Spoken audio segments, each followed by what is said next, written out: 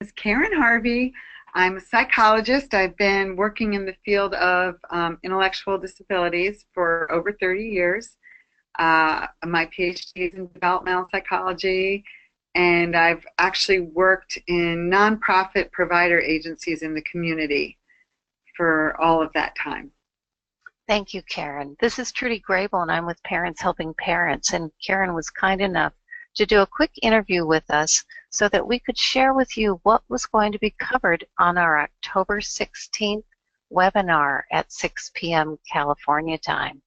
Karyn, tell us about what trauma-informed care really means to those who aren't in the field of psychology.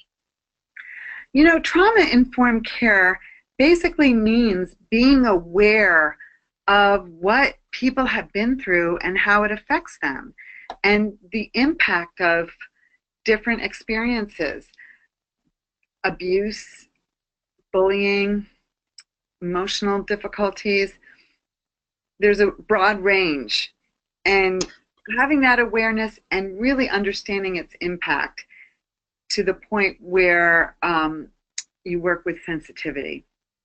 Thank you. One of the things that I heard you talk about at the gathering where I met you was good intents with behavioral management and poor outcomes because of the things that we really didn't know about being person-centered and supporting people in the past. And it's all good intent. And the way that I learned was by making a lot of mistakes, quite frankly, and focusing on people's behavior rather than what's really going on with them underneath, the emotion and the trauma beneath the emotion, and understanding really that the behavior is just a symptom. Oftentimes, a lot of the behaviors we've dealt with have been symptoms of post-traumatic stress disorder, and we haven't even realized it. Thank you. Is that how you got involved in trauma-informed care? Actually, it was interesting because I felt very passionately about doing therapy with the folks that I was working with intellectual disabilities, and I was told over and over again that therapy didn't work, it's not the right thing to do. So that was my motivation to go back to school.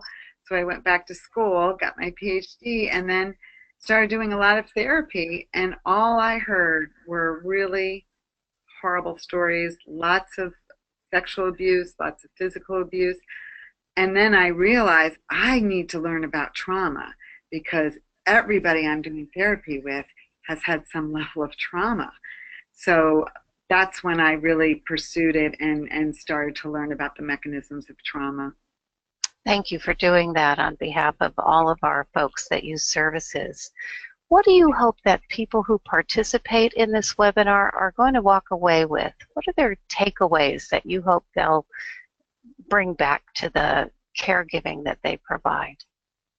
Well, you know, I've found that after I do these sessions and these workshops, many people have told me, actually, that they approach things differently, that they understand the importance of a sense of emotional safety, of making connections with people and helping them to make connections in their community, and also ways to empower people and help them to really pursue meaningful lives.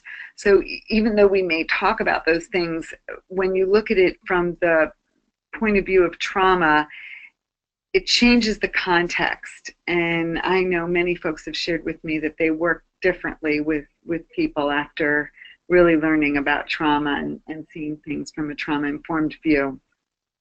Great explanation. What are the things that you hope people will be able to apply after learning from you about this topic? Well, thank you for asking that. I have some tools that I can share that are from a website, so those tools can be used.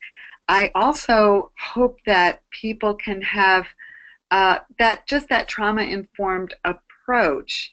The other piece that we think is very important is getting resources for therapy and getting treatment, and I will talk a little bit about that as well. So looking at resources for support and for healing and having that trauma-informed approach as well. Thank you. I can't thank you enough for your work and for being willing to talk to our families on October 16th, which is a Monday evening at 6 p.m. Pacific. It's savings time, whatever that translates to. And then we so look forward to May 12th when you're going to be coming to California and speaking with us live and helping us to better understand how to support people in a way that works for them. Karyn, thank you so much for your time today. Thank you. I can't wait